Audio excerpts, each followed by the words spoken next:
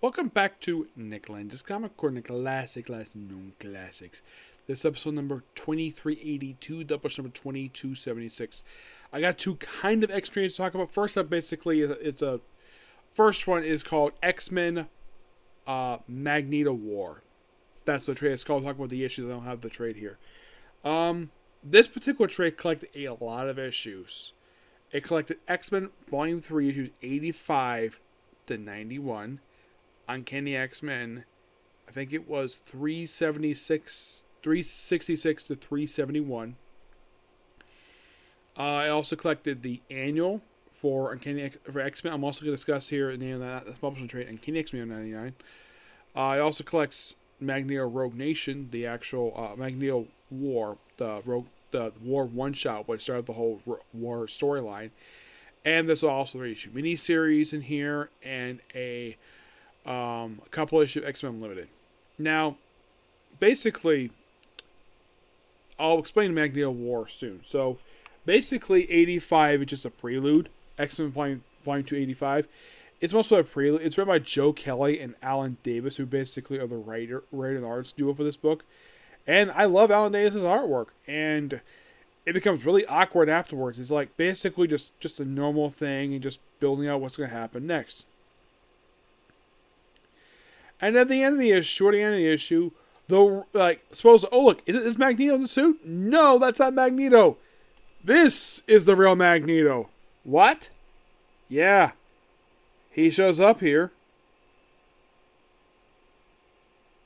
Gather our army, Ferris. It begins.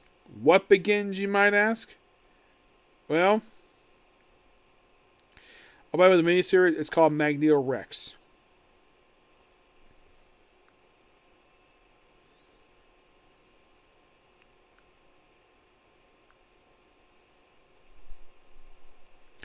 Yeah, and then we'll move over to Magneto War. Issue number 1. Now, why is Magneto here?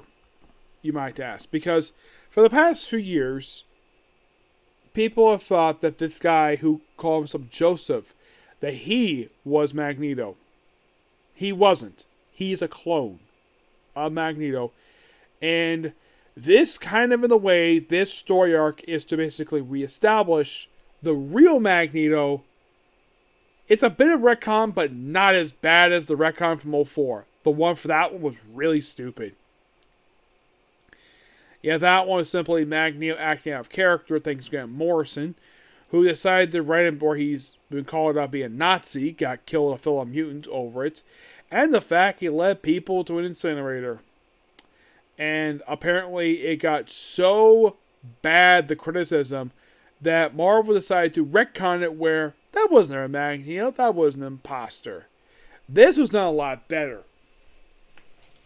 And it's the whole storyline Magneto War, it's like 5-part. It starts with this one shot, X-Men, the Magneto War. And it continues with, here are the other parts of this thing. You have part 2 being Uncanny X-Men 366, issue 86 being, of course, basically where I think they kill off Joseph in this issue. Actually, no, they also bring back the Acolytes in the storyline. Issue 86 is basically the backstory of Joseph. That's part 3. Part 4 is issue 367, and part 5, the finale for this thing, is basically issue 87, where they kill off Joseph. Yeah, he dies at the end of the story. We're going to the end. Yeah, and believe it or not, did you know the story actually started with, get this, December 1998. And basically, by the end of the story arc, we're in the year 1999. Basically, we're almost exiting the 1990s. Then comes the Aftermath stuff, which starts with issue 88 of let's see. It starts with issue 368 of Uncanny X-Men. That's where it starts. Where it's like, okay, we're going to basically fight against Magneto. And it starts from 368, continues over X-Men Volume 288, and comes back to 369, part 4 of this Aftermath story. And then,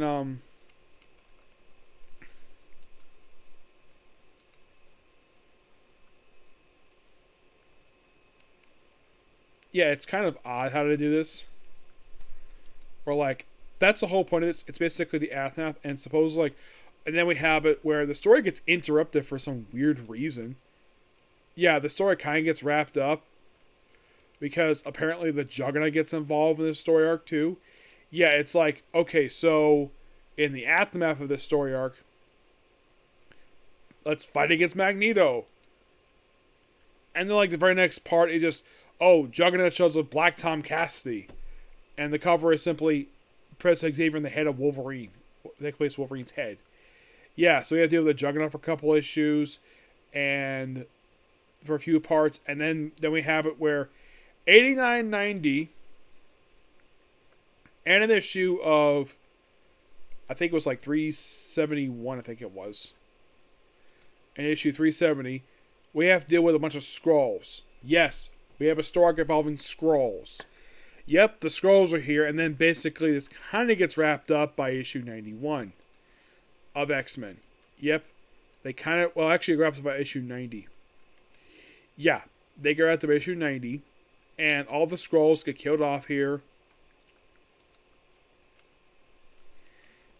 But then what about Magneto Rex? By the way, 371, I'll talk about that in a minute, but that still in the internet. Magneto Rex, it's simply put, basically Magneto's up to in a separate book. It's basically establishing, this story also helps establish something that continued for about a few years. Magneto being the ruler of Genosha. Yep, that's what the aftermath of this thing set up for. Him ruling Genosha. That's literally what this thing was. They kind of continue this also in X Unlimited. Number 23 and 24. Yes.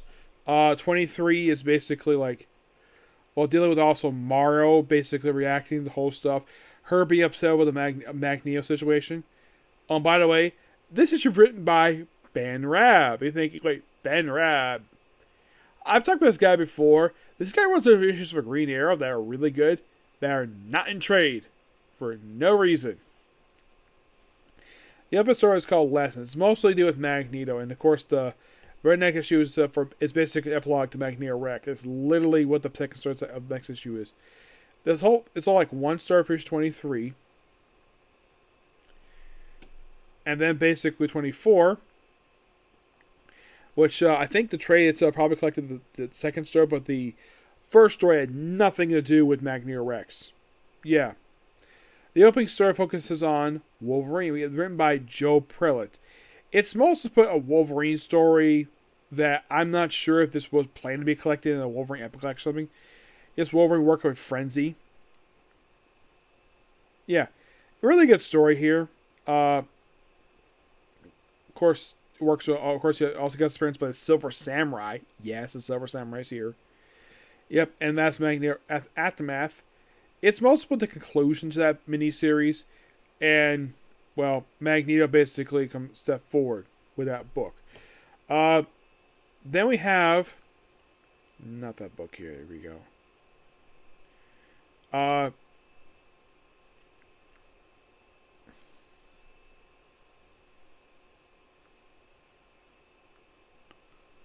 that one. There we go.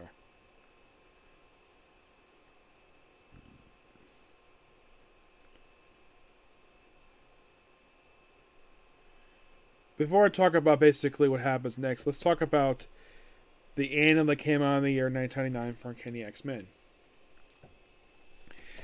This is basically the return of Exodus. This annual was not collected. Jubilee guest stars. She's written by Ben Rabb and Anthony Williams. With those basically. So most of it, it features Magneto, but mostly it's just a really good. You can think of this set after the whole Magneto Rex stuff with Quicksilver being in Genosha. Yeah, so it's just a really cool annual. Check it out. You have a lot of fun with it. It feels like something you associate with, like, more with Wolverine than with the X-Men. You can think of this as basically just a continuation of what happened in the X-Men Limited. And, of course, it ends with the appearance by the High Evolutionary. Yep. But what about, basically, there are 3 other comics to talk about here. And you're thinking, which ones? X-Men Volume 2, number 91. Uncanny X-Men 371. And the annual. This is a 3-part story known as Rage Against the Machine. Now, the whole point of this storyline is to set up a spin-off book. Well, kind of in a way, the book, this whole thing, which ends with basically appearance by the Red Skull, it's mostly put away to set up 3 spin-off books. Deathlok, Warlock, and I think it was like one other book that came in the aftermath of this thing. Yes. I think also X50, there was also a book for X51 as well. I believe so. But, yeah, for Aaron Stack, he appeared in the annuals. Well, he basically got a spin-off book out of this. Yeah, called X51.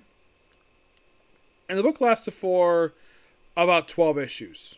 Yeah, that was the thing with this particular thing. They had a book come after this, and it just lasts for like a year before a book gets canceled. But that's mostly put exactly what this 3-part story is. It's collected in also Rage Machine trade, which is strange that we have this 3-part story collected in 2 separate trades. Yeah, but I found the whole stuff in here was really good, and I'm gonna give the whole trade of X-Men Magneto War a 10 out of 10. I found it really good. Yep. Next up we have is, of course, the Deathlok trade for Rage Against the Machine. Yeah, this one's kind of interesting. This particular trade here.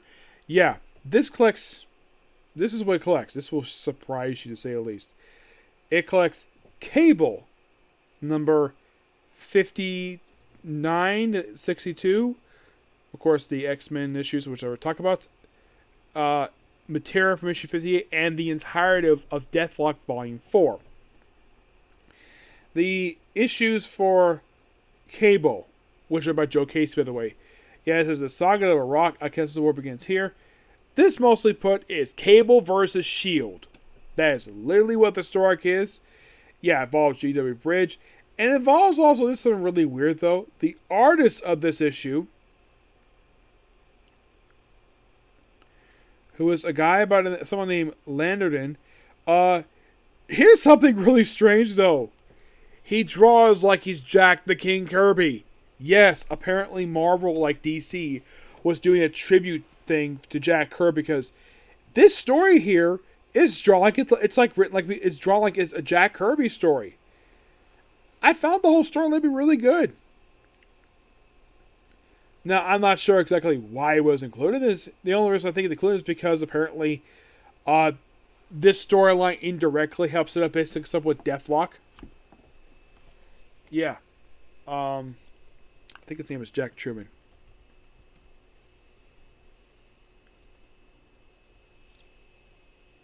Yeah, Jack Truman. I think he made his debut in this very story arc. Yeah, that's the only reason why he's here. Because, well, he made his debut in the story arc. That's the only reason I can think of why he was included. And after that whole thing with the X-Men, then he gets a spin-off book. Yes, a spin-off book that lasts for 11 issues, where it's him as Deathlok. Actually, him and someone by the name of Lawrence Young, who's also Deathlok as well. Yeah, Joe Casey writes this entire book, but here's the thing. They have different artists for different story arc.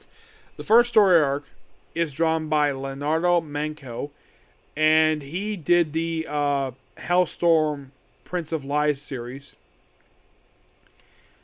He does the opening 5 issues of this book, and he does Blaze of Glory afterwards. Yeah, so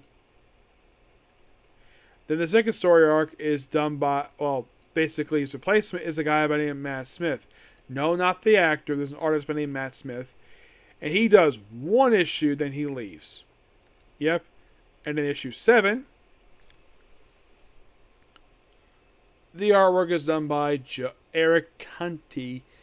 And guess how many issues he did for the book? A whopping 1 issue. And then he did Into the Mandarin miniseries for Iron Man, an issue of Amazing Spider-Man, and a few other books. And that's basically it for him. It's like, okay, so we have first 5 issues of the same artist, and 6, 7 be different artists.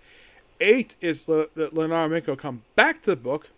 Yeah, he comes back to the book after the opening 5 issues of the book.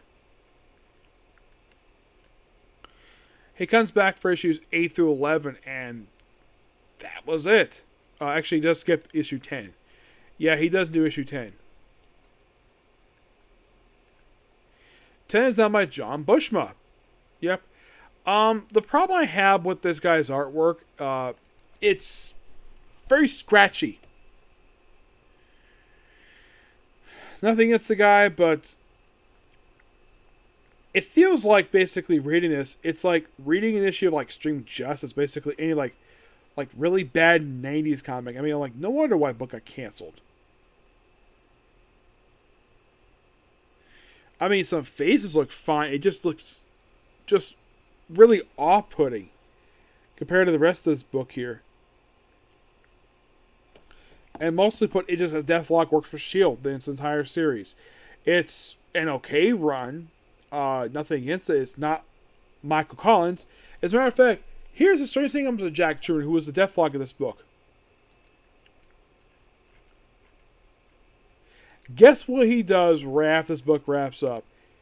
He does nothing until he pops up in Vengeance. Issue number 3. In 2011. Yeah, by the way, his last issue release was in 2000. Yeah, and one of his villains in this book is a guy called, well, he fights the Ringmaster. Yes, the Ringmaster. Yeah, and no circus of crime here, just a frickin' Ringmaster. Who appears here for a couple issues. I'm like, what the heck? Yeah.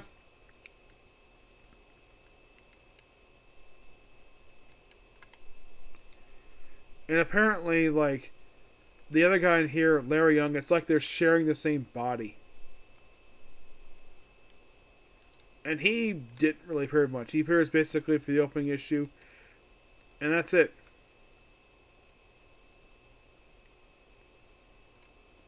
Yeah, basically it's like Jack Truman took his body out for Joyride for the whole series.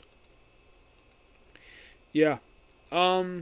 It's an okay book per se. Just not the biggest fan of the artwork. It just feels like this is a bit of an radar series. I don't mind the idea of a whole M-Tech thing. That's not an issue, especially as the Warlock book. I thought was really interesting. I have not read, surprisingly, X-51, the Machine book. I have not read it yet. I'm going to give this book, I'll give it a 8.5 out of 10. Okay, so that's going to be pretty much it for particular view, and that's it for videos tonight. So stay tuned for tomorrow for other videos. Basically, most specifically, hoping to work on, well, the last episode he's done for Jujutsu Kaisen and maybe the movie, along with One Piece, Eden Zero, some manga, maybe some comic corners. Okay, next view.